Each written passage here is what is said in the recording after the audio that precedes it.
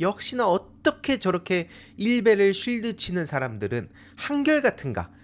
저들의 그 말장난에 대해서 먼저 간단하게 짚고 본 주제로 들어가겠습니다.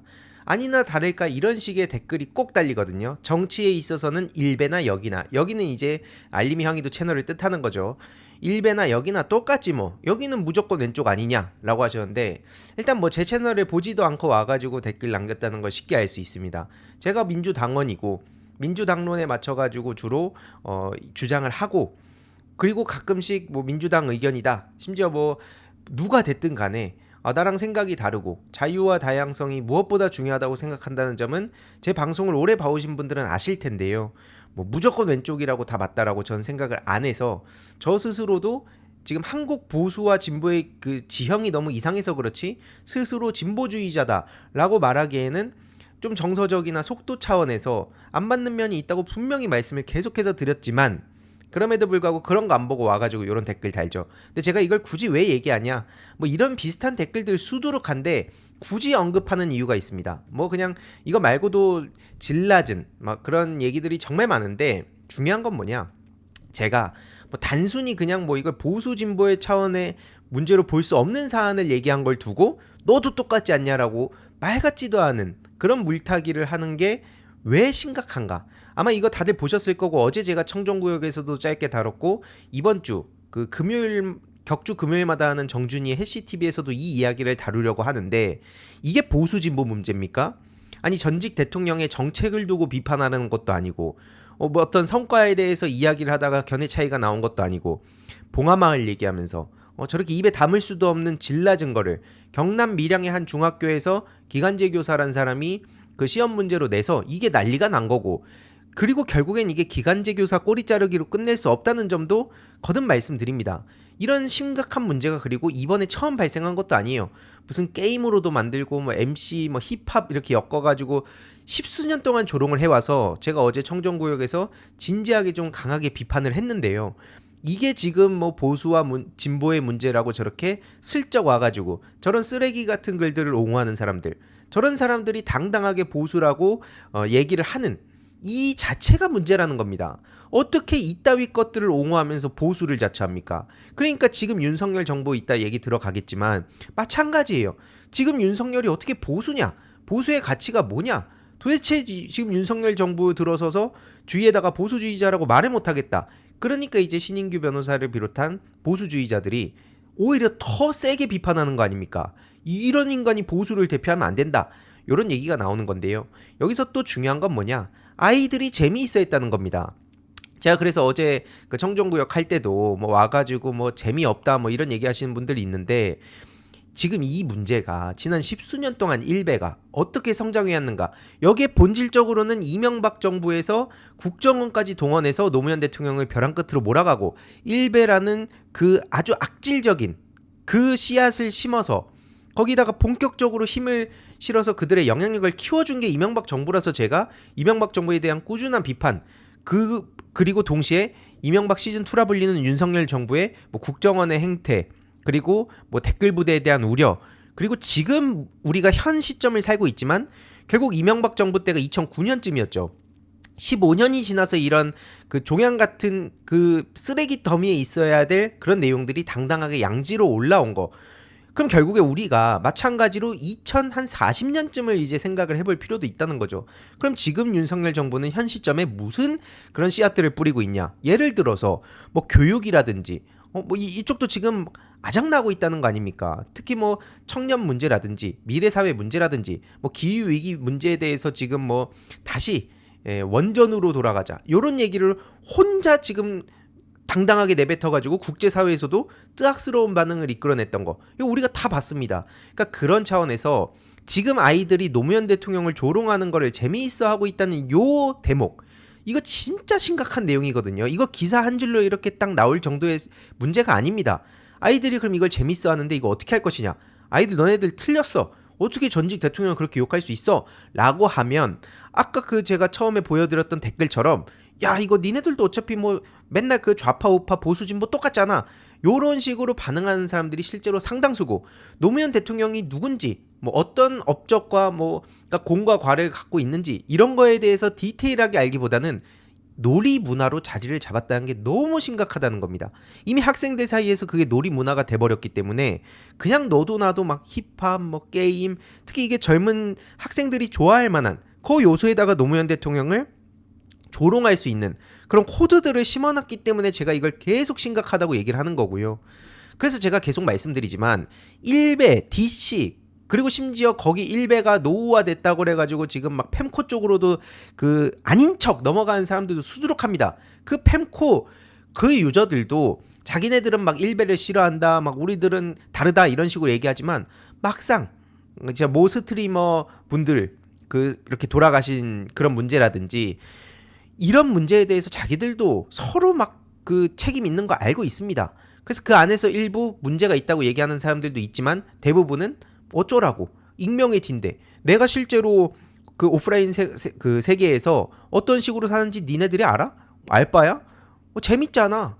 나만 그랬어? 요런 식으로 이게 가랑비 옷 젖듯이 계속해서 사람들한테 퍼져나가면 어느 순간 죄의식 자체가 없어진다는 겁니다. 당장 대통령부터가 앞장서가지고 일베스러운 사상을 당당하게 떠들고 다니니까 친일 그런 행보를 보이니까 3.1절, 8.15 이럴 때 일반 시민들도 당당하게 일장기를 내거는 거 아닙니까? 이게 몇 년 전만 하더라도 정신 나갔다는 얘기를 들어 마땅한 짓을 지금 대통령이 앞장서가지고 저러니까 대통령도 저러네? 그럼 나 하나쯤이야. 이렇게 된다는 겁니다. 이게 음지에서 저들이 저렇게 하는 거를 완전히 말살시키자는 것도 아니고 그렇게 할 수도 없습니다. 근데 중요한 건 양지에서 어떻게 그것도 정치권에서 국정 운영을 한다는 사람이 정치를 한다는 사람들이 일베스러운 얘기를 당당하게 끌고 와가지고 떠들고 있는데 이게 아무 문제 없이 지금 오히려 그냥 언론에 의해서 따옴표로 보도되고 그러냐고요. 그 일베적 사고가 퍼졌다는 게 제일 심각한 문제라는 거고요. 아무튼 노무현 재단 차원에서도 이전에 비해서 이 문제에 대해서 훨씬 더 심각성을 인지해 주시고 또 제가 막 이것저것 부탁을 드리고 하면은 정말 많은 그 이사님들이 다들 힘을 실어주고 계신 상황이라서 이거에 대해서는 좀 이번 주 금요일 정준이 해시TV에서 자세히 말씀을 드리도록 하겠습니다. 아무튼 이제 본 주제로 좀 들어가 보자면요. 윤석열 대통령이 방금 전에 라이브를 했죠. 뭐 국군의 날 기념식. 저도 이 주제를 다뤄야 돼서 굳이 봤습니다. 옆에 막 김건희 씨도 서 있고 뭐 한동훈 씨도 와 있고 막 그러고 있는데 일단 뭐 이 댓글 같은 거 보니까 채팅 올라온 거 보니까 야 윤석열 대통령을 좋아하는 사람들은 한동훈 대표를 그렇게 욕하더라고요. 뭐 이거에 대해서 이따 뒷부분에 어떤 식으로 지금 갈등이 번지고 있는지 말씀드릴 예정인데 또 저렇게 북한 얘기하면서 핵무기 사용 기도하면 그날이 정권 종말의 날이다. 지금 북한 얘기하면서 정권 종말 타령할 게 아니라 본인 지금 발등에 불 떨어진 걸 넘어서 지금 다 활활 불타고 있는 상황인데 뭐 지금 북한 얘기를 하고 있습니까? 지금 당장 본인이 난리가 났는데 게다가 이번에도 왜 또 대규모 군사 퍼레이드를 하냐. 실제로 문재인 정부 때 시가 행진 없었습니다. 예산 약 20억 원 정도 들어갔다는 거 아닙니까? 근데 지금 윤석열 정부에서 이런 택도 없는 이런 식으로 그런 퍼포먼스 탱크 뭐 얘기 나오니까 지금 안 그래도 계엄령 때문에 사람들이 불안하다는 얘기가 나왔었는데 또 왜 또 이런 짓들을 지금 하고 있냐. 지금 윤석열 대통령이 나와가지고 국군의 날 행사 그 기념식에 참석해가지고 저렇게 막 북한 공격하고 지금 이럴 때냐. 아니 북한의 잘못 당연히 있습니다. 비판할 거 해야죠.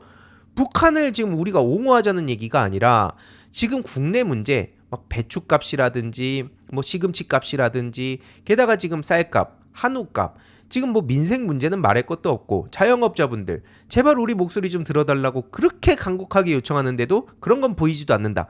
그래요. 뭐 민생, 경제 일단 다 떠나서 본인이 군대에 대한 얘기하고 장병들에 대해서 뭐 한마디라도 할 거면 최해병 문제에 대해서 어떻게 할 건가부터 얘기해야 되는 거 아닙니까?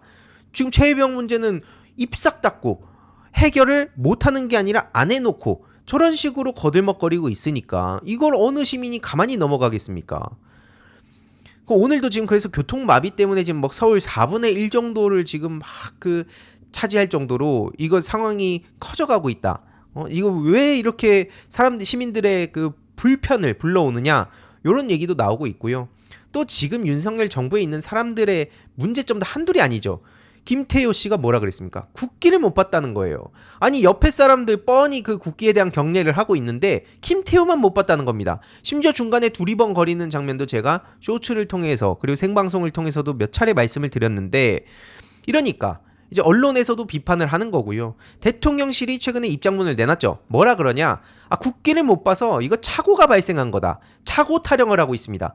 그러면서 한다는 소리가 웃긴데, 국기를 볼 수 있는 국민은 국기를 향해 경례하는 게 맞는데, 만약에 못 보고 연주만 듣는 국민은 거기에서 차렷을 한다는 거예요. 그럼 이게 결국엔 국기법에 규정돼 있다는 얘기를 하면서 대통령실이 김태호 씨를 저렇게 옹호를 한 건데, 아니 그러면서도 아니 이게 착오라 그러더니, 아니 이게 뭐 어떻게 됐다는 겁니까 그러면? 그러니까 이게 지금 대통령실이 말하는 것 자체가 지금 납득이 안 가는 건 저뿐만이 아닐 텐데요. 이러니까 이 소식을 접한 시민들도 애국가가 나오면, 이게 들리면 자동으로 가슴에 손이 올라가는 건, 이거는 우리 대부분의 시민들의 상식으로 갖고 있는 내용입니다. 딱 김태호스러운 사람들 빼고. 그리고 아까도 말씀드렸듯이 혼자 서 있는데 갑작스럽게 어떤 상황이 발생해서 그래서 당황해가지고 어쩔 줄 몰랐다, 이런 상황도 아닙니다. 옆에 다른 사람들을 버젓이 다 서 있고, 물론 옆에 있던 사람들도 그 무슨 파도 타기처럼 탁 이렇게 한 번에 한 게 아니라 막 다 막 우왕좌왕했어요. 근데 어쨌든 눈치를 보다가 저렇게 국기에 대한 경례를 했는데, 그걸 뻔히 보면서도 착오였다? 이게 무슨 말장난이냐는 얘기가 나오는 거죠. 그리고 국기법 뭐 얘기를 하는데, 그렇게 따지면 옆에 있는 사람들은 뭐가 되냐는 거예요. 게다가 지난 5월에 아랍에미리트 대통령 방한 공식 행사에서도 김태호 차장은 당시 그 애국가 연주 때 가슴에 손을 얹지 않습니다. 그러니까 이러니까 지금 저런 말장난으로 그냥 넘어갈 수 없는 지경까지 갔다는 비판이 나오는 거고요. 이러니까 김민석 최고위원이 요즘 진짜 엄청납니다.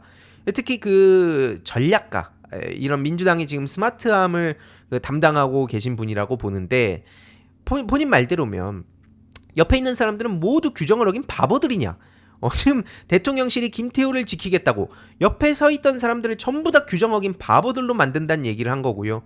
대통령실은 외놈 대통령실이냐, 한마디로 이거 태극기에는 국회에 대한 경례 안 하고 옆에 뭐 일장기가 있으면 그럼 그때 경례하려고 하냐, 이런 얘기가 지금 왜 사방에서 나오겠습니까?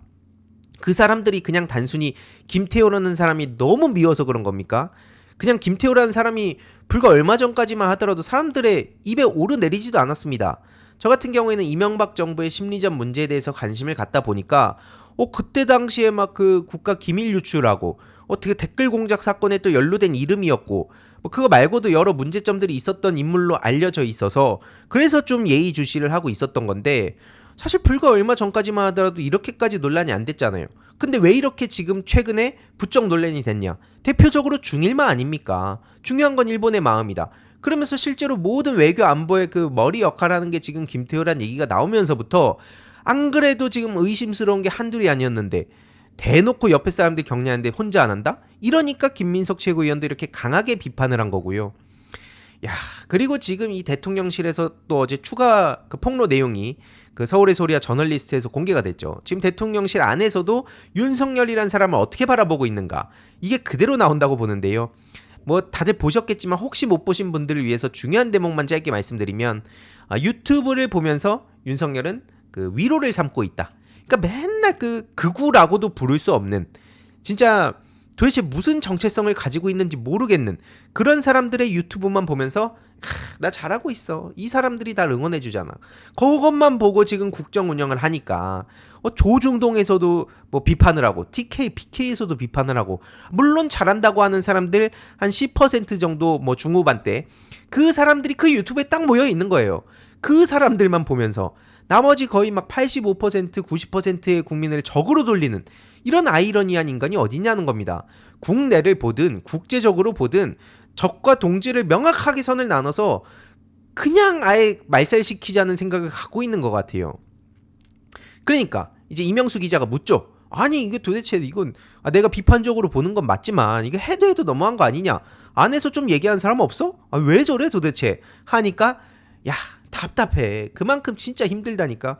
누가 얘기하겠어? 얘기해봤자 59분 자기가 떠들고 괜히 또 조인트만 까이는데, 그러니까 다들 그냥 본전도 못 찾고 그런 얘기 듣는 거 싫으니까 입 다물고 있는 거지. 요게 그대로 대통령실 비서관 입에서 나왔기 때문에 이게 뭐 다들 예측은 하고 있었지만 역시 용산이 이 모양 이 꼬라지로 돌아가는 이유가 있었구나. 그러니까 올바른 소리를 하던 사람들, 뭐 윤석열 정권의 뭐 성공을 바라든 뭐 보수의 성공을 바라든 아무튼 이게 뭐 우리의 생각과는 다르지만 어쨌든 나름의 그 목적을 가지고 뭐 국가와 국민과 우리 뭐 민족의 이익을 위해서 일하려던 사람들이 야 이거는 보수가 아닌데 이런 정권엔 내가 더 이상 있어봤자 그 오명만 뒤집어 쓰겠다 하고 나가든가 아니면 쫓겨나든가 둘 중 하나였던 거죠. 그럼 지금 남아있는 사람들은 뭐냐? 그 한 줄 타이틀 얻어가지고 여기저기 주요 보직 차지하고 그러고 싶은 사람들이 주로 남아있는 거 아니냐는 얘기가 괜히 나오는 게 아니라고 생각을 합니다. 그리고 이제 막 신나가지고 또 이명수 기자한테 윤석열 욕이란 욕은 그렇게 합니다. 이건 뭐 아니 메시지를 좀 짧게 간단하게 임팩트 있게 탁 그 팩트만 짚으면 되지 메시지는 또 어떤 놈이 쓴 거야 하면서 막 자기들끼리도 서로 내부에서 저렇게 혼란스러운 상황이 지속됐다는 걸 알 수 있고요. 그래서 결국에 이 얘기가 나오죠. 야 저게 지금 꼴통이 맞아. 이게 우리가 하는 말이 아닙니다.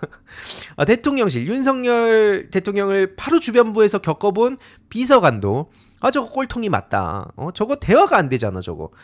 유튜브만 보면서 자기의 그냥 마음의 위로나 얻고 있고 지금 나라는 팔칵 뒤집혔는데 오죽하면 조선일보에서도 비판하는데 이런 식으로 생각을 하고 있다는 걸 알 수 있고요.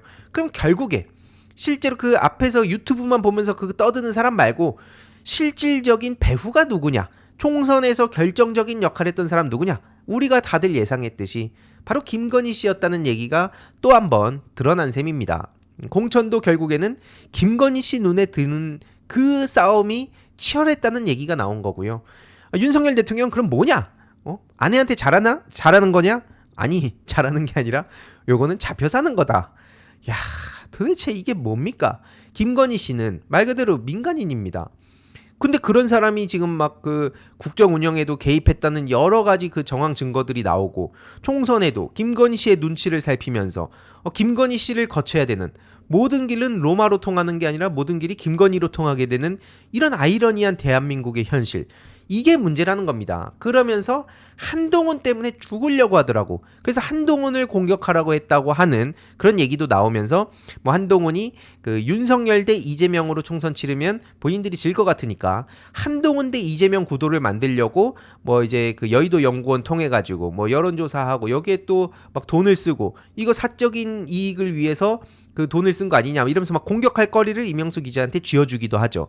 이런 식으로 김건희 씨의 눈에 한 번이라도 조금 그 벗어나면 그 사람은 철저하게 어떻게 되는가, 어떻게 담가버리는가가 이제 요런 대화 속에서 우리가 충분히 합리적으로 의심할 수 있다고 보고요.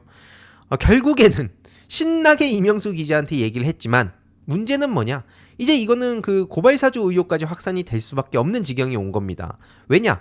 내가 특정 언론인 고발사주했다. 자기 입으로 당당하게 뭐가 문제인지도 모르는 건지 아니면 알아봤자 니들이 어쩔 건데 라는 생각인지 모르겠는데 서울의 소리 당당하게 이명수 기자한테 서울의 소리를 고발했다는 식으로 당당하게 얘기를 하면서 국힘에서 한 것보다 요 시민단체에서 한 게 몇 개 있다. 요 시민단체가 세민연이라는 곳인데요. 당당하게 막 서울의 소리도 조져놨고 김건희 씨 가지고 그렇게 난리치던 놈들 내가 아예 밟아줬는데 어떻게 그렇게 충성했던 나를 이렇게 밀어내냐. 이게 억울하다는 거예요. 한마디로 내가 김건희라는 사람을 위해서 얼마나 수단과 방법을 가리지 않고 이게 불법인지 합법인지 여부를 판단을 할 생각도 안 한 것 같아요.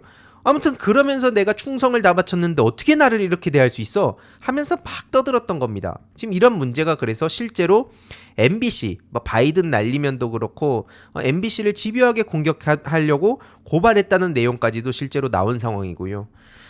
여기서 그 새로운 민심 세민연 요 창립 대회에 강승규 당시 시민사회 수석이 저렇게 가서 빵빵하게 힘을 실어줬다는 점, 그리고 뭐 윤석열 화환도 왔다는 얘기도 나오고 있고요. 그러니까 이걸로 봤을 때 지금 대통령실이 어떤 식으로 돌아갔는가, 우리가 밖에서 봤을 때 설마 하던 것들이 그리고 이제 시간이 지나면서 이거 실제로 이 그 고발 관련한 문제들 이거 고발 사주 아니야? 이런 얘기들, 이런 추측들이 실제로 대통령실 내부에 있었던 사람의 입에서 또 나옴으로써 지금 훨씬 더 퍼즐 조각이 잘 맞춰져 가고 있다는 평가가 나오고 있고요. 대통령실의 반응은 뭐냐? 이와 관련해서 입장 없다. 그렇게 뭐만 하면은 막 법적 대응한다. 그리고 뭐 실제로 뭐 이거는 뭐 정치적인 뭐 문제다 맨날 뭐만 하면 속보내가지고 뭐 회담이 끝나기도 전에 이재명 대표랑 뭐 한동훈 대표 뭐 얘기가 끝나기도 전에 자기들이 먼저 앞장서 가지고 막 초치는 경우도 있고 한데 이런 거에 대해서 이제 입 싹 다물고 모른 척하려고 하고 있죠. 하지만 중요한 건 뭐냐? 이미 여태까지 드러난 내용들만 보더라도 이거는 윤석열 정권의 중대 범죄다. 어떻게 고발 사주 아니 국정 운영을 똑바로 하라 그랬지 누가 뒤에서 자기 마음에 안 드는 사람들 콕콕 집어가지고 저런 식으로 막 고발 사주하고 언론도 방통위, 방심위, 선방심위 이런데 곳곳을 장악해가지고 아예 그냥 자기네들의 왕국을 만들려고 했냐? 이러니까 이제 JTBC도 요즘 열일한다. 반드시 탄핵이 필요하다. 이건 스스로 무너지는 거다. 지금 이런 반응들이 이어지고 있는 겁니다. 특히 여론 조작, 고발 사주 이렇게 더러운 정권은 처참한 말로를 맞이할 거라는 평가도 지금 훨씬 더 불과 몇 달 전보다 늘어난 상황이고요. 이런 와중에 이렇게 심각한 상황에 그러면 한동훈 대표는 뭐 하고 있냐? 윤석열 대통령이 사실상 꼴통이라는 거는 저기 그 대통령실 그 직원 비서관의 입에서 또 나왔기 때문에 뭐 그건 이제 더 이상 큰 의미가 없어 보이고 그러니까 한동훈 대표는 뭐 하고 있나 보니까 윤석열 참석 행사 시작 30분 전에 돌연 불참 통보를 했다는 거예요. 무슨 행사였냐? 한국경제 그 60주년 그 창간 기념식 행사로 알고 있는데 요거 30분을 앞두고 갑자기 불참을 통보했다는 거예요. 여기엔 또 윤석열 대통령도 참석한다 그래서 왜 갑자기 저거 불참하지? 지금 이런 얘기가 나온 거고요. 30분 전에 갑자기 일정 취소 공지를 낸 이유가 뭐냐? 마침 또 공교롭게도 윤석열 축사를 하기로 예정돼 있었는데 이거 그것 때문이냐? 유난 갈등 이거 지금 또 더 훨씬 커지는 거 아니냐? 실제로 지난 27일에 요 행사에서 만났을 때도 보시면 윤석열 대통령은 눈도 안 마주치려고 저렇게 시선을 회피하는 장면을 알 수 있고요.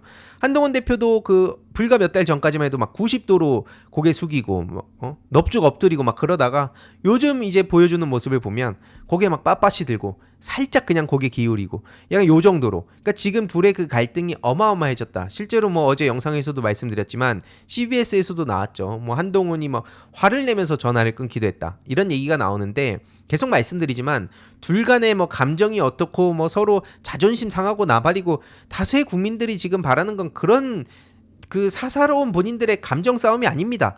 지금 이 난리가 난 특히 의료 대란뿐만 아니라 경제 문제, 지금 경기 침체 문제도 지금 굉장히 심각하고 수출 같은 경우에도 우리가 수출로 먹고 사는 나라라는 얘기가 나오고 있는데 저렇게 러시아랑 중국을 아예 그냥 적대시하면서부터 대러, 대중, 그럼 무역 적자들 이런 거 어떻게 해결해 갈 것이냐.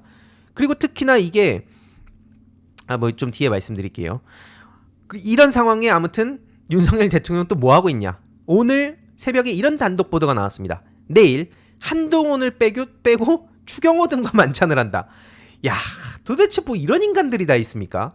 그러니까 지금 이게 보통 우리가 그 학창 시절에 초등학교 중학교 다닐 때 그 무렵에 지금 서로 막 감정 상하니까 나 번호 지울래 이러면서 누구 친구들이 이렇게 만날 때 생일 파티 같은 거 할 때 내가 마음에 안 드는 애들 걔만 빼고 불러가지고 노골적으로 그런 식으로 자기 감정을 드러낸다든지 아니면 카톡방에서 뭔가 막 그 한 사람을 막 괴롭히고 그럴 때 딱 보여주는 모습을 지금 나이를 먹을 만큼 먹은 사람들이 그것도 지금 한 사람은 대통령이고 한 사람은 집권 여당의 대표란 사람이 서로 이걸 가지고 언플하고 있는 것도 진짜 기가 막힙니다. 한동훈 대표 같은 경우에는 독대하자. 독대 안 받아준다 그러니까 재독대하자. 이런 식으로 요청했다는 얘기를 또 흘리고 있고 윤석열 대통령은 또 그러니까 질 수 없다. 한동훈 빼고 그럼 원내 지도부 인사들 다 불러. 이런 식으로 지금 하고 있는 겁니다. 아니 국정 운영이 장난입니까? 이게 자기네들의 그런 사적 감정 풀고 사람 매기는데 지금 집중하라고 사람들이 표를 준 거였습니까? 물론 이제 저를 비롯한 또 많은 시민들 1614만 7738표는 절로 안 갔습니다. 우리 이재명 대표님을 찍었던 1614만 명의 이 시민들은 얼마나 기가 막힌 상황을 이렇게 봐야 되냐는 거예요. 그러니까 그나마라도 이걸 견제하고자 입법부에서 이런저런 목소리를 내고 있는 건데 그마저도 그냥 다 개무시를 하고 자기들끼리 밥을 먹네 마네 뭐 이러고 있는 상황 아닙니까? 그러면서 아무튼 그 김건희 특검법에 대해서 특히나 지금 매우 중요한 그 쟁점으로 떠오른 상황이니까 재표결 앞두고 표단속 나선 거 아니냐 뭐 이런 얘기를 하고 있죠. 그러면서 한동훈의 독대 재요청에 대해서는 그 별다른 반응을 안 내고 있다. 여기까지 온 상황이고요. 지금 웃긴 게 친한계 대 친윤계라 그러면서 싸우는 것도 제가 어제 영상에서도 말씀드렸지만 진짜 짜친다는 말밖에 안 나옵니다. 아니, 친윤 중심의 원내 지도부 간 신경전이 노출되기도 했다. 다시 한번 간단히 요약해보자면 친한 신지호 씨가 싸대기 얘기를 했죠. 싸대기 얘기가 왜 나왔냐? 그 빈손 만찬으로 끝났다는, 아무것도 없었다는 그 윤한 만남에 대해서 한 참석자가 가을밤의 여유, 이런 낭만, 혼자 낭만에 빠져서 이상한 소리를 하니까 이거 내 성질 같아갖고 뺨한데 그냥 이런 얘기를 했는데, 이거는 누가 봐도 저 가을밤의 여유 뭐 요 낭만 타령한 거는 친윤계 의원 아니겠냐. 그래가지고 친한계인 신지호 전략기획부총장이 저렇게 싸대기 얘기를 그냥 내던진 겁니다. 그러면서 또 추경호 씨가 늘 한동훈 대표 욕만 하고 있다, 요 얘기가 이제 그 같은 방송에서 나와가지고 지금 이제 난리가 났었는데, 그래서 이제 윤한 갈등이 아니라 추한 갈등이다.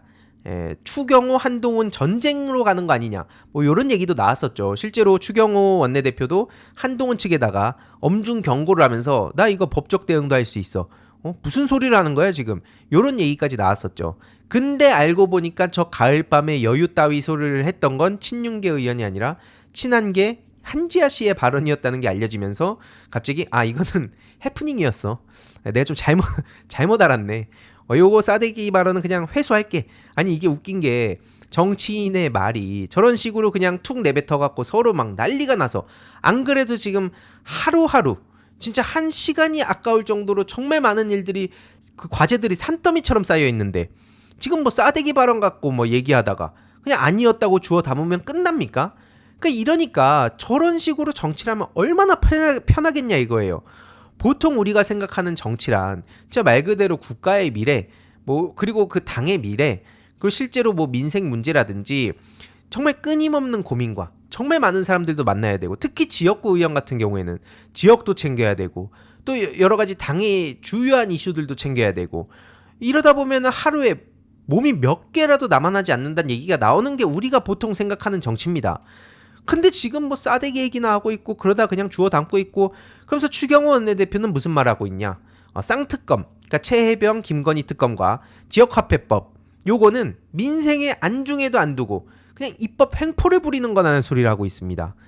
야, 그러면서 이 국힘 그 당론으로 우리들은 이걸 그냥 다 막아야겠다, 지금 이런 식으로 그 뭐 당론 채택까지는 지금 아직 안 한 것 같은데 아무튼 똘똘 뭉쳐가지고 이걸 폐기시키겠다, 요런 각오를 지금 다지고 있고요. 그러면서 한다는 소리가 뭐냐면 온갖 루머와 의혹을 모아놓은 특검법이다, 특정 개인을 모욕 주기 위해 온갖 의혹을 마구 엮어놓은 특검법이다, 요런 얘기를 하고 있죠. 근데 일단 다들 기억하시겠지만 특검을 거부하는 자가 범인이라고 당당하게 떠들어댔던 게 지금 국힘 사람들입니다. 뒤에 백드롭으로도 특검을 거부한 자가 범인이다, 윤석열 대통령부터가 그런 얘기를 했어요. 근데 이제 와가지고 지금 자기네들 곤혹스러운 상황 오니까 이제 와가지고 저거 뭐 특정 개인을 모욕 준다고요? 그러면은 특정 개인을 모욕 주지 말자는 얘기로 우리가 해석을 할 수 있는데, 그러면서 추경호 원내대표가 무슨 말하냐, 바로 이재명 대표 모욕 주기라고 있습니다. 야, 이거는 이재명이 거짓말 돌려막기 하는 거야 지금. 이재명이 사법 리스크 막으려고 우리 여사님을 건드려? 지금 요런 얘기를 하고 있는 거예요. 아니, 본인이 누군가를 특정한 사람을 저렇게 모욕 준다고 얘기를 했으면 최소한 이재명 대표의 저런 식으로 그 조롱을 하고 인신공격을 하지 말든가요. 심지어 한덕수 씨 같은 경우에도 국무총리라는 인간이 윤석열은 대인이다, 그러면서 명품백 논란도 윤석열이 그 회견 때 사과를 했으니까 이제는 국민들이 좀 이해를 해야 되는 거 아니냐. 아니, 지금 잘못은 본인들이 저질러 놓고 그거에 대해서 비판하는 국민들을 가르치고 있습니다. 이게 우리 상식선에서 납득이 되는 정치입니까? 아니, 아내가 현명하지 못한 처신을 해서 국민께 사과한다, 요 한마디면 모든 문제가 끝납니까? 그러니까 저런 세상을 살아왔으니까 이것도 그냥 옛다 먹어라, 요거 아닙니까? 저런 식으로 세상을 살아왔으니까 뭐가 무서울 게 있겠냐. 그러니까 약자들이 지금 어떤 피해를 받고 있는지 본인들이 한마디 한마디 할 때 뭐 초부자 감세 이거를 해주면서 본인들의 그 이해관계에 맞는 그런 정치를 해갈 때 약자들부터 실제로 지금 어떤 식으로 무너져가고 있는지, 의료 대란 때문에 지금 실제로 뭐 임신하신 분들이라든지 아니면 그 고령층이라든지 이런 분들이 그 응급차 뺑뺑이 막 여기저기 돌다가 엄청난 두려움에 떨고, 그냥 그 응급차 타지도 못하고 목숨을 잃고 이런 일들이 벌어지는 건 안중에도 없어 보인다는 겁니다. 그러면서 제일 개혁적인 대통령 타령하다가 갑자기 한미 FTA 얘기하면서 노무현 대통령 언급을 합니다. 노무현 대통령에 대해서 저런 식으로 인용하는 게 제일 짜증난다는 거예요. 이게 단순히 자기 마음에 안 들고 자기가 그러니까 헛소리를 해가지고 다수의 시민들이 본인을 비판하고 그 현 정부를 비판하고 그래서 소수로 몰리면 꼭 노무현 대통령 사례를 저딴 식으로 가져다가 쓰는데 애초에 노무현 대통령의 그 경제 정책의 그 철학 대표적인 네 가지를 이정우 교수님이 잘 설명해 주셨거든요. 일단 경제 성장도 동반 성장의 철학을 갖고 있었습니다. 성장이냐 분배냐 요걸로 그 백날 첫날 싸워봤자 이거 민생 문제 해결 안 되니까 성장 당연히 중요하다. 근데 동시에 분배도 중요하다. 그래서 동반 성장의 그 철학을 가지고 국정 운영을 하려고 했었던 거고 그리고 개혁 개방 개혁만 해서도 안 되고 개방만 해서도 안 되고 개혁 개방을 동시에 그 병행해서 추진하겠다는 각오로 엄청난 결심을 하고 실제로 당시에 진보 진영의 많은 비판을 감수하고도 대통령으로서 판단해야 되는 문제이기 때문에 정말 그 엄청난 실무자들의 토론과 그 민생 청취 민심 청취와 그리고 고뇌 끝에 한미 FTA 결정을 하셨던 거 아닙니까? 그리고 장기주의였어요. 단기적으로 지금 그때그때 인기에 연연한 정책 그런 게 윤석열 본인 입으로 말하고 있는 포퓰리즘이고 그걸 본인 입으로 떠들었던 걸 자기가 하고 있는 상황 아닙니까?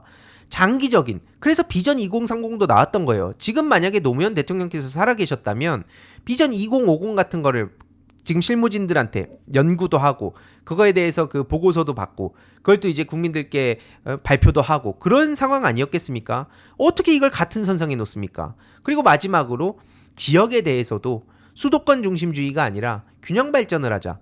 그때 당시에 그래가지고 헌재 말도 안 되는 관습헌법 얘기가 나오면서 이걸 또 막으려고 했던 거 아닙니까? 그럼에도 불구하고 노무현 대통령은 이런 비전과 철학을 가지고 국정 운영을 하셨었는데 그걸 뻔히 아는 사람이 지금 저렇게 한미 FTA 얘기를 하면서 노무현 대통령 갖다 쓰는 게 얼마나 구역질 납니까? 그러니까 지금 주변에 저런 딸랑이들밖에 없다는 생각이 든다는 거예요. 그리고 윤석열 대통령 뭐 얘기하고 있냐? 방금 전에 말씀드렸죠. 장기주의적인 그런 안목을 가지고 다수의 그 국민들의 민생 문제를 어떻게 해결할까를 고민하고 있는데 그게 아니라 윤석열은 축구협회 얘기를 갑자기 합니다. 국대 감독 선발 문제점 이걸 지적하면서 지금 뭐 홍명보, 정몽규 이런 사람들이 다수의 국민들한테 비판을 받으니까 여기에 또 나서가지고 내가 대통령으로서 이 문제 해결해줄게. 아니 대통령이 지금 저 말하면 뭐 어쩌자는 겁니까? 지금 다수의 시민들이 바라는 얘기가 대통령 제발 이 축협 문제 좀 제발 언급해 주세요. 제발 우리 좀 살려주세요. 이러고 있습니까? 축협 문제에 대해서 실제로 이번에 그 국회에서 강유정 의원하고 박문성 해설위원이 특히나 압도적인 주목을 받았는데 여기에 대해서 윤석열 대통령이 제발 한마디 좀 해달라고 얘기한 여론이 있었습니까? 아니 지금 해결해달란 문제는 해결도 하지도 않고 혼자 국군에 나가가지고 거기다 돈 80억 가까이 태우고 다수의 시민들 계엄령 막 불안에 떨고 있는데 여기서 또 시가행진에다가 힘 빡 주고 있고 축구협회 얘기하고 있고 그 옆에 붙은 막 그 한덕수 총리나 추경호 원내대표 같은 사람들은 열심히 또 딸랑딸랑하고 있고 결국엔 그러니까 야 5당에서 야 6당 아닙니다 참고로 다른 한 당은 지금 야당이 아니라 사실상 여당이나 똑같은 행보를 보이고 있는 상황 같은데 요거는 이제 내일 생방에서 조금 더 자세히 전해드리도록 하고요. 아무튼 야 5당에서 김건희 최혜병 특검 수용을 촉구하고 있습니다. 이번에 또 거부권을 남발하면 이거 남발할 상황이죠. 실제로 그 정부에서도 대통령한테 그 건의를 했다고 하고 그럼 이제 24번째 거부권입니다. 무려 24번째요.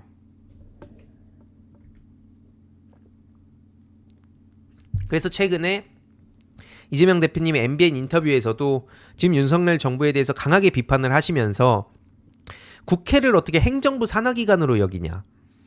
입법부, 사법부, 행정부, 상권분립 이게 가장 중요한 원칙 아닙니까? 우리의 국가의 그 중요한 뿌리를 그 다지는 그런 시스템인데 입법부를 대놓고 무시하면서 아예 그냥 행정부 산하기관으로 여긴다는 거예요.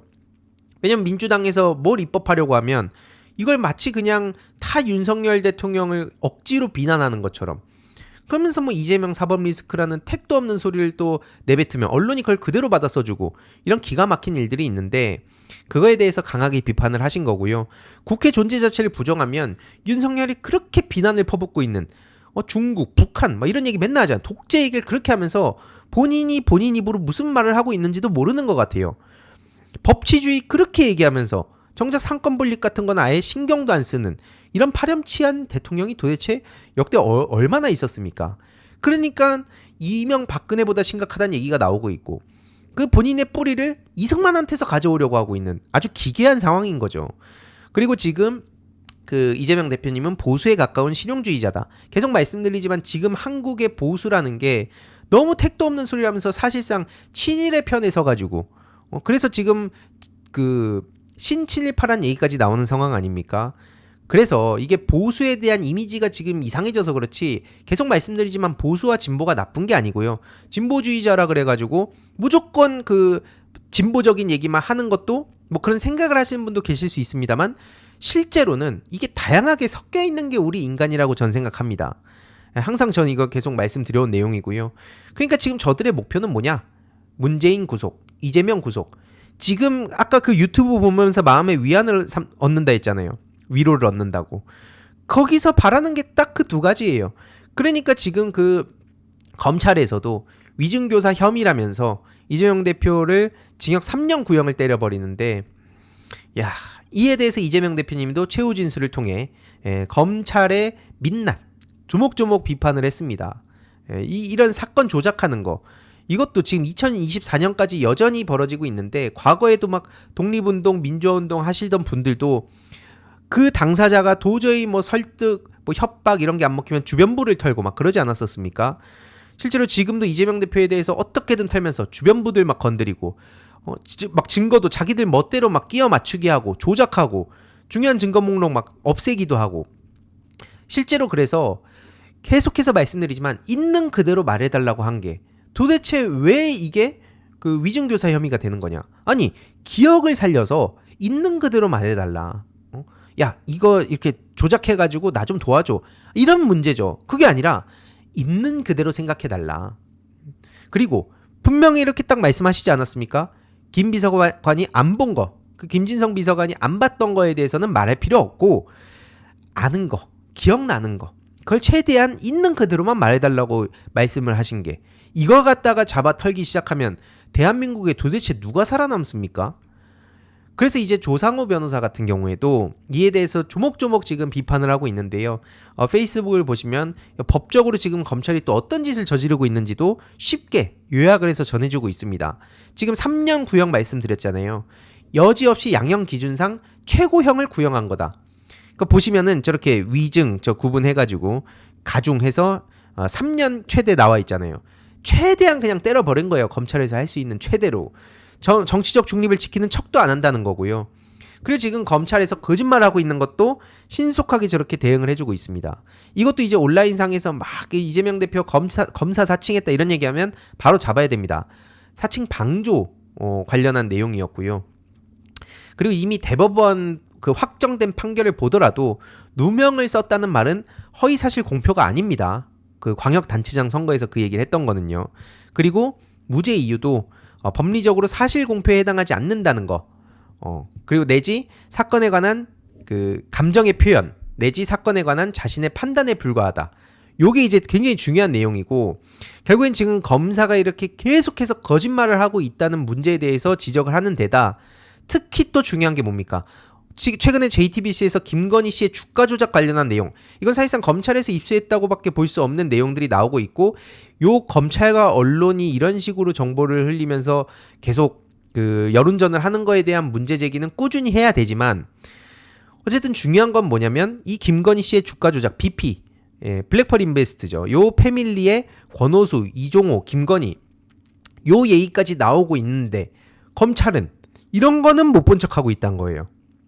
계속 말씀드리지만 모든 정치인에 대해서 이재명 대표한테 또 하듯이 똑같이 하고 있다 그러면 민주시민들은 이 정도까지 열받진 않을 겁니다. 그럼 검찰의 그 과도한 수사와 뭐 조작 행태에 대해서 거기에 초점 맞출 텐데 결국에는 검찰의 저런 선택적인 잣대가 왜 특정한 정치 세력에게는 오히려 그 이익을 주는 그런 행태로 움직이느냐에 대한 비판이 당연히 나올 수밖에 없는 거고요. 앞서 말씀드린 그 BP 패밀리에 대해서도 이거 주위에다가 계속 알릴 필요가 있다고 생각을 합니다. 뭐 JTBC에서 계속 이거를 하나씩 조금씩 이거 흘리면서 그 지금 김건희 씨에 대한 비판을 하고 있는데, 아무튼 계속 말씀드리지만 검찰의 저런 조작뿐만 아니라 언론이 저렇게 검찰의 그 내용을 그 저렇게 속보 단독으로 해가지고 하나씩 뿌리는 것도 그 절대 그대로 냅둬서는 안 된다고 생각합니다. 그래서 요 사안도 뭐 22대 국회 그리고 우리가 다시 집권을 하게 되면 어떤 방식으로 제도와 법을 그 개혁해 갈지는 끊임없이 논의해야 될 문제라고 보고요. 지금 사법부에 대한 신뢰도 많이 떨어진 상황입니다. 실제로 12구 참사의 중요한 책임자라고 불렸던 박희영 구청장, 저도 용산 주민으로서 요 박희영 용산구청장이 무죄 선고를 받고 아무 일 없는 듯이 지금 일정들을 소화하고 있는 걸 볼 때마다 속이 뒤집히는데요. 결국에 이런 사람도 지금 무죄를 받는 게 대한민국의 현실입니다. 이러니까 유가족분들 입장에서 어떻겠습니까? 이제 조금 있으면은 그 2주기 아닙니까? 12구 참사 그 희생자분들의 2주기가 지금 코앞으로 다가온 상황에 박희영 구청장의 무죄 선고가 나왔다는 것도 굉장히 충격적인 대목인 거고요. 그래서 결국에 그 오늘 내용도 좀 말씀을 그 요약을 좀 해서 말씀을 드려보자면, 윤석열은 꼴통이라는 얘기가 지금 나왔고 결국에 모든 길은 김건희로 통했다는 게 다시 한번 수면 위로 올라왔다고 생각을 합니다. 그리고 이재명 대표에 대해서 어떻게든 그 저들은 탈탈 털어가지고 쳐내기만 하면은 본인들이 다시 정권 재창출을 할 수 있다고 믿는가 본데, 꿈 깨라는 말을 전하고 싶고요. 결국엔 그 조상호 변호사도 이 문제에 대해서 지금 쉽게 요약을 해서 페이스북에 즉각 올려주시는데, 요렇게 지금 엄청난 소식들이 막 실시간으로 쏟아지는 타이밍은 핵심이 속도전이라고 생각을 합니다.